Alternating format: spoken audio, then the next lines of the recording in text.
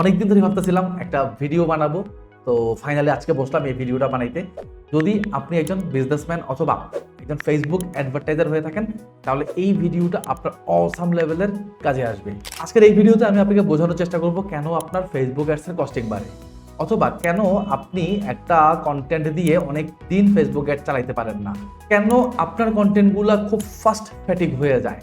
তো ওভারঅল এই জিনিসগুলো আমি আজকে এক্সপ্লেইন করব, এবং এই জিনিসগুলোর সমাধান কি এটাও আমি আপনাকে বোঝানোর চেষ্টা করব। ভিডিওটা একটু বড় হইতে পারে, একটু বোরিং হইতে পারে, বাট ট্রাস্ট মি, যদি আপনার একটা ব্যবসা থাকে অ্যান্ড আপনি যদি একজন ফেসবুক অ্যাডভার্টাইজার হয়ে থাকেন, এই ভিডিওটা অসাম লেভেলে আপনার কাজে আসবে। চলেন ভিডিওটা শুরু করি। সো আই গেস আপনি আমার ল্যাপটপের স্ক্রিন দেখতে পাচ্ছেন, এবং ল্যাপটপের স্ক্রিনে আমি কিছু জিনিস আপনার জন্য লিখে রাখছি আগে থেকেই। আমি এই ব্যাপারগুলোকে জাস্ট এক্সপ্লেন করবো আজকে আপনাকে। দেখেন, আমরা যখন নর্মালি ফেসবুক অ্যাড রান করি, আমরা চেষ্টা করি আমাদের ফেসবুক অ্যাডসের ভেতরে কিছু কিওয়ার্ড দিয়ে অডিয়েন্সকে টার্গেট করে ফেলতে।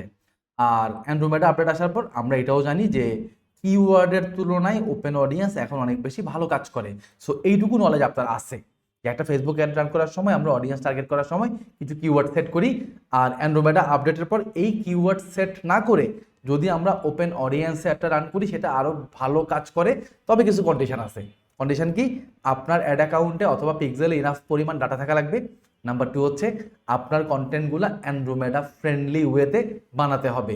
সো এটা ডিফারেন্ট টপিক, এটা আমি আরেকটা ভিডিওতে অন্য কোনো দিন ডিসকাস করব। আমরা আজকের ডিসকাশনটায় ফিরি। সো এই দুই ধরনের অডিয়েন্স, অর্থাৎ আমরা কিওয়ার্ড ইউজ করি অথবা ওপেন অডিয়েন্স ইউজ করি, যেটা ইউজ করি এখান থেকে বেসিক্যালি আমরা কিছু কাস্টম ডাটা পাই। লাইক ধরেন এরকম ওপেন অডিয়েন্স অথবা কিওয়ার্ড দিয়ে অ্যাড চালাইলে আমাদের পেজে এনগেজমেন্ট আসে, মানুষ আমাদের ভিডিও দেখে, মানুষ বা ট্রাফিক আমাদের ওয়েব ভিজিট করে, আমাদেরকে লিড দিয়ে যায়, আমাদের পেজ লাইক করে, আমাদের অ্যাড টু কার্ট করে, ওয়েবসাইটে এসে ওয়েবসাইটে চেক আউট করে, পেজ ভিউ করে। সো আমরা নানা ধরনের ইভেন্ট বেসিক্যালি আমাদের ওয়েবে এবং পেজে ঘটে, এবং এই ইভেন্টগুলোর উপর বেস করে আমরা আবার কাস্টম অডিয়েন্স তৈরি করি, এবং এই কাস্টম অডিয়েন্সকে আমরা রিটার্গেট ক্যাম্পেইন পাঠাই, এবং এই রিটার্গেট ক্যাম্পেইন থেকে আমরা একটা বেটার সেল জেনারেট করি। সো রিটার্গেট ক্যাম্পেইনগুলো খুব ভালো কাজ করে। এর রিজন হইলো মানুষ আসলে প্রথমবার দেখে আপনার কাছ থেকে প্রোডাক্ট পারচেস করতে চায় না। মানুষ সবসময় চায় আপনি তাকে বারবার গিয়ে কনভিন্স করবেন, এটা মানুষের সাইকোলজি। এছাড়া মানুষ একবার আপনাকে দেখে অ্যাভয়েড করলেও সে বারবার যখন আপনাকে দেখে একবার না একবার তার ফিল হয় যে ওকে, এই প্রোডাক্টটা আমার কেনা দরকার। অথবা এমনও হয় যে একটা প্রোডাক্ট মানুষ কিনতে চাচ্ছিল, বাট সামহাও এই মুহূর্তে তার কাছে টাকা নাই, অথবা এই মুহূর্তে তার কেনার সিচুয়েশন নাই, অথবা সে এমন একটা কন্ডিশনে আছে, সে বাসে বসে বসে ঝুলতেছে, এমন টাইমে আপনার অ্যাড দেখছে, সে তখনই আসলে কিনতে পারতেছে না, বাট সে মাথায় রাখছে পরে কিনবে, কিন্তু পরে না মানুষের আসলে মনে থাকে না। সো এই কারণে আমাদেরকে রিটার্গেট করতে হয়। পাশাপাশি আমরা যখন রিটার্গেট করি, আমরা কিন্তু ফানেলের লেয়ার ধরে ধরে কাজ করি। অর্থাৎ আমরা রিটার্গেটে কি করি? সবসময় রিটার্গেটে আমরা কিন্তু এক ধরনের ক্যাম্পেইন দেখাই না। আমরা আমাদের ফার্স্ট ক্যাম্পেইনে, অর্থাৎ আমাদের ওপেন অডিয়েন্স কিংবা কিওয়ার্ডে যে টাইপের কন্টেন্ট দেখাই, আমরা কিন্তু রিটার্গেটে গিয়ে ওই টাইপের কন্টেন্ট দেখাই না। রিটার্গেটে গিয়ে আমরা একটু কাস্টমার টেস্টিমোনিয়াল দেখাই, আমরা একটু অফার দেই, কেন এই পুরোটা তার জন্যই এই জিনিসগুলো বোঝানোর চেষ্টা করি, ফ্রি ডেলিভারি দেই মেইনলি, তারপর গিয়ে রিটার্গেট থেকে সেল জেনারেট হয়। আমরা এতক্ষণ যা নিয়ে কথাবার্তা বলতেছিলাম, এই সব কিছু কিন্তু কনভার্সন অ্যাডকে ঘিরে অথবা সেলস অ্যাড সেন্ট্রিক কথাবার্তা। অর্থাৎ আপনি যখন কনভার্সন অ্যাড কিংবা সেলস অ্যাড নিয়ে কাজ করবেন, তখনই এই পেছনের সব কিছু আপনার পক্ষে করা পসিবল। আর আপনি যখন কনভার্সন ক্যাম্পেইন নিয়ে কাজ করবেন, তখন ডেফিনেটলি আপনার একটা ওয়েবসাইট কিংবা ল্যান্ডিং পেজ থাকবে। এই ওয়েবসাইট কিংবা ল্যান্ডিং পেজ নিয়ে আপনি কাজ করতে গেলে কিছু বিড়ম্বনা ফেস করবেন। এই বিড়ম্বনাটাই শেয়ার করার জন্য আমি ভিডিওর মাঝখানে এইভাবে ঢুকে গেলাম। সো আপনি যখন একটা ওয়েবসাইট নিয়ে কাজ করবেন, তখন আপনি দেখবেন আপনার ওয়েবসাইটে ফেক অর্ডার আসা শুরু হয়েছে, যেটা আপনি হয়তো মেসেঞ্জার চ্যাটিংয়ে এতটা পান না, বাট ওয়েবসাইটে আসলেই আপনি দেখবেন নামে বেনামে নানা রকম মানুষজন আপনার ওয়েবসাইটে ফেক অর্ডার দিয়ে চলে যাবে। সেটা কখনো নর্মাল মানুষ হইতে পারে, র্যান্ডম মানুষ হইতে পারে, কখনো আপনার কম্পিটিটরও হইতে পারে। সো এইরকম ফেক অর্ডারের যন্ত্রণা থেকে আপনি যদি বাঁচতে চান, অথবা অলরেডি যদি আপনি এইরকম fake order relevant problem face করে থাকেন, তাহলে আমি আপনাকে একটা প্ল্যাটফর্ম সাজেস্ট করতে পারি। আর এই প্ল্যাটফর্মটার নাম হচ্ছে বিজমেশন। সো এই হচ্ছে বেসিক্যালি বিজমেশন। এই বিজমেশনের কাজ হইল আপনার ওয়েবসাইটের ফেক অর্ডার প্রবলেমকে সলভ করে ফেলা, আপনার ওয়েবসাইটে যেই ফেইল্ড অর্ডারগুলো থাকে সেই অর্ডারগুলোর ডাটা আপনাকে প্রোভাইড করা, কুরিয়ারের সাথে আপনার ওয়েবসাইটকে ইন্টিগ্রেট করে দেওয়া, সো দ্যাট একটা ক্লিকের মাধ্যমে আপনি আপনার সমস্ত অর্ডারগুলোকে যে কোনো কুরিয়ারে প্রসেস করে ফেলতে পারেন। অর্থাৎ বিজমেশন হচ্ছে ওভারঅল আপনার বিজনেসকে অটোমেট করে ফেলার একটা যন্ত্র।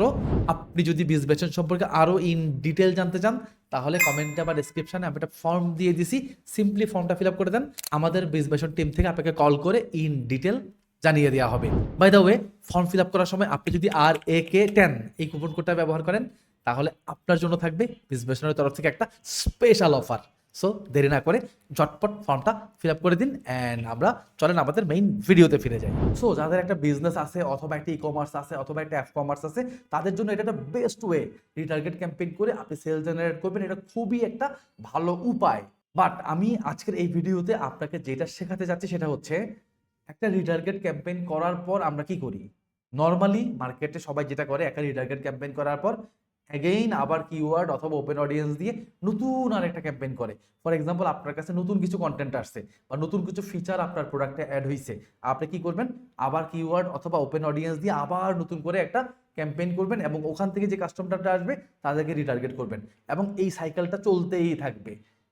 ওকে, এটা ওকে, বাট আমার কাছে মনে হয় এর থেকে বেস্ট অ্যাপ্রোচ, অথবা শুধু আমার কাছে মনে হয় না, অ্যাকচুয়ালি আমি গত 8-9 বছর ধরে মার্কেটে কাজ করতেছি, সেই কাজের এক্সপিরিয়েন্স থেকে আমি আপনাকে বলতেছি এর থেকে বেটার একটা অ্যাপ্রোচ হচ্ছে যদি আপনি আপনার রিটার্গেটিং ক্যাম্পেইনের পর আবার নতুন কোনো ক্যাম্পেইন শুরু করতে চান, তাহলে আপনার উচিত অ্যাকচুয়ালি একটা লুকেল লাইক ক্যাম্পেইন থেকে ক্যাম্পেইনটা শুরু করা। আমি লজিক বোঝাই। প্রথমত দেখেন, আমরা যখন কিওয়ার্ড অথবা ওপেন অডিয়েন্স দিয়ে কোনো ক্যাম্পেইন চালাচ্ছি, এই অ্যাডগুলো যাচ্ছে কাদের কাছে, এই অ্যাডগুলো যাচ্ছে তাদের কাছে যারা মেইনলি এই টাইপের প্রোডাক্টে ইন্টারেস্ট রাখে। ওকে, দেন এখান থেকে আমার যে কাস্টমার অডিয়েন্স তৈরি হচ্ছে তাদেরকে আমি যখন রিটার্গেট করতেছি, এই ক্যাম্পেইনটা যাচ্ছে কাদের কাছে, যারা আমার সাথে কানেক্ট হয়েছে, এনগেজ হয়েছে তাদের কাছে। দেন আপনি যখন লুকেল লাইক বানাচ্ছেন তখন ওই অ্যাডটা যাচ্ছে কাদের কাছে, আমার এই যে রিটার্গেটিং, যারা আমার কাছ থেকে পারচেজ করতেছে অ্যাকচুয়ালি, তাই না, যারা আমার কাছ থেকে পারচেজ করতেছে তাদের মতো সিমিলার অডিয়েন্স হচ্ছে বেসিক্যালি লুকেলাইকের অডিয়েন্স। তো আমার ধারণা এইটুকু আপনি জানেন যে what is customer audience, what is lookalike audience. So তাদের মতো সিমিলার অডিয়েন্স হচ্ছে লুকেলাইক অডিয়েন্স। দ্যাট মিনস এই লুকেলাইক অডিয়েন্সটা অ্যাকচুয়ালি আপনার ওপেন অথবা কিওয়ার্ড থেকে একটা বেটার অডিয়েন্স আমি বিলিভ করি। এখন আপনি বলতে পারেন ভাই আমি তো লুকেলাইক অডিয়েন্স বানাই। হ্যাঁ, যারা বলবেন আমি লুকেলাইক অডিয়েন্স বানাই তাদের উদ্দেশ্যে আমি বলি, সাধারণত আমরা যারা লুকেলাইক অডিয়েন্স নিয়ে কাজ করি, আমরা মেজরলি যে অডিয়েন্সটা নিয়ে কাজ করি সেটা হচ্ছে পারচেজ অডিয়েন্স। অর্থাৎ লুকেলাইকের মেইন সোর্সটা আসলে থাকে পারচেজ। বিকজ এটা ঠিক, এটা ভুল না, এটা ডেফিনেটলি ঠিক। যারা পারচেজ করে তারা হচ্ছে সব থেকে স্ট্রং অডিয়েন্স আমাদের, তাই না, সব থেকে স্ট্রং অডিয়েন্স। সো আমরা আমাদের স্ট্রং অডিয়েন্সটার একটা লুকেলাইক তৈরি করে এই লুকেলাইককে আবার নতুন করে চাইলে কি করতে পারি, ওই যে শুরুতে ওপেনকে যেভাবে আমরা নার্চার করে আসছি কন্টেন্ট দিয়ে, ঠিক একইভাবে আমরা কিন্তু আমাদের পারচেজের লুকেলাইককে আবার নার্চার করতে পারি এবং সেখান থেকে কাস্টমার অডিয়েন্স মেক করে আবার তাদেরকে রিটার্গেট করতে পারি। এটা খুবই ভালো একটা অপশন বা খুবই ভালো একটা উপায়। বাট একটু খেয়াল করেন, যারা পারচেজ করছে তাদের সংখ্যাটা কত। আপনি দেখবেন আপনার ওয়েবসাইটে ইউনিক পারচেজারের সংখ্যা থাকবে 250 অথবা 350 অথবা 750, আর যাদের 2000, 5000, 10,000, 50,000 আছে তাদের জন্য তো ইটস ওকে।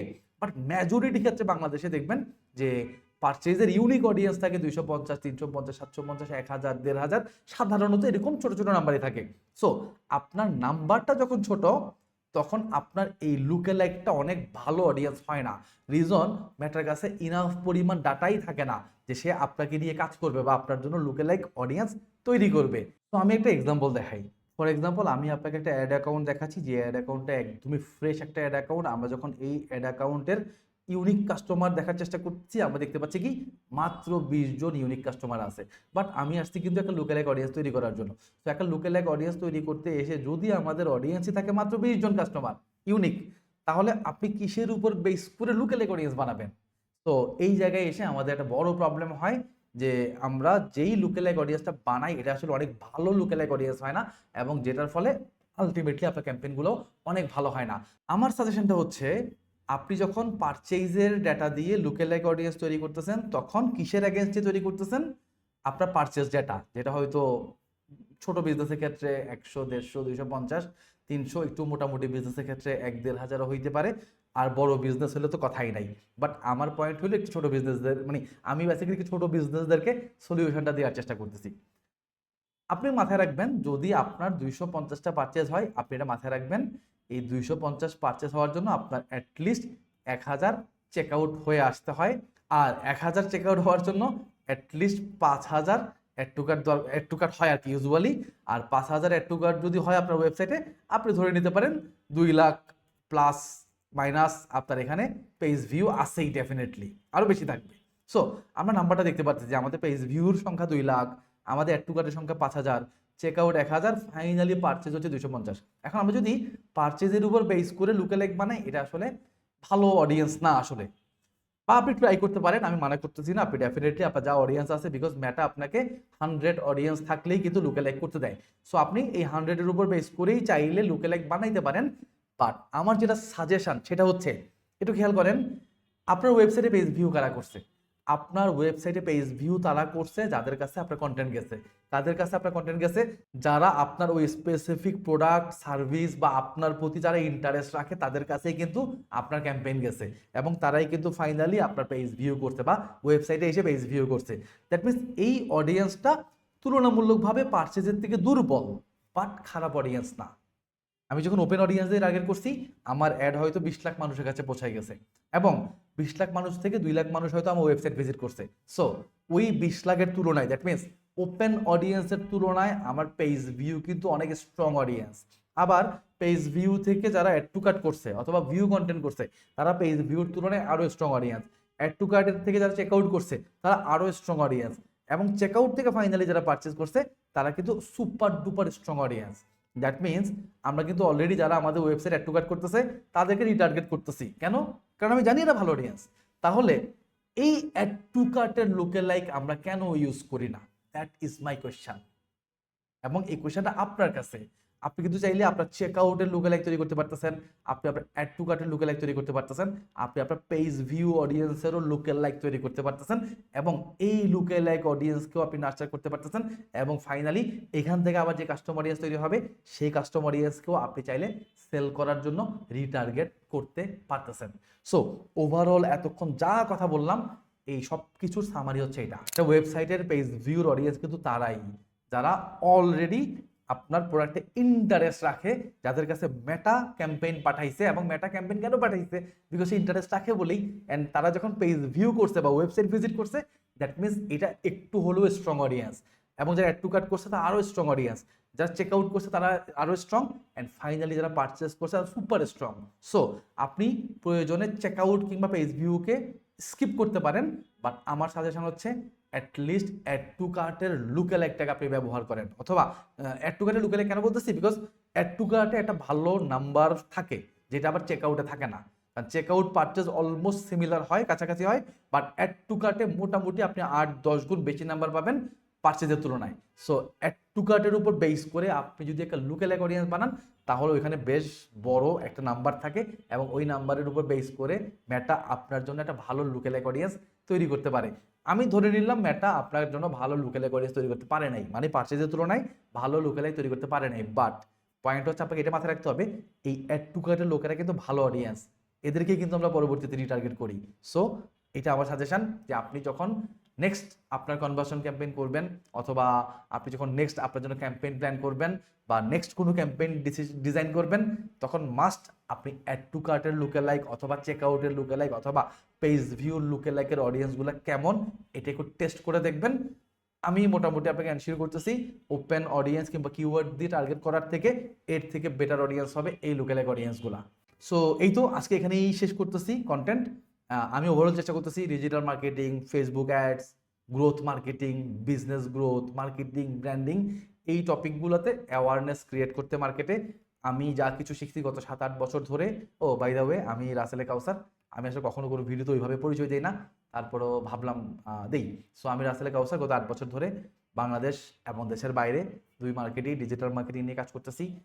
চেষ্টা করতেছি পাশাপাশি আমার ইউটিউব চ্যানেল এবং ফেসবুক পেজের থ্রুতে আমার অডিয়েন্সকে অ্যাওয়ার করতে, অডিয়েন্সকে শিখাইতে, জানাইতে। সো আই হোপ আপনি নতুন কিছু শিখতে পারছেন। কমেন্টে জানাইতে পারেন নতুন কিছু আপনি শিখতে পারছেন কিনা। আমি চেষ্টা করবো এরকম আরও অসংখ্য ভিডিও আপনার জন্য সামনে নিয়ে আসতে। সো আজকের ভিডিওটা এখানে শেষ করতেছি। দেখা হবে নেক্সট কোনো ভিডিওতে। সবাই ভালো থাকবেন, সুস্থ থাকবেন। আসসালামু আলাইকুম।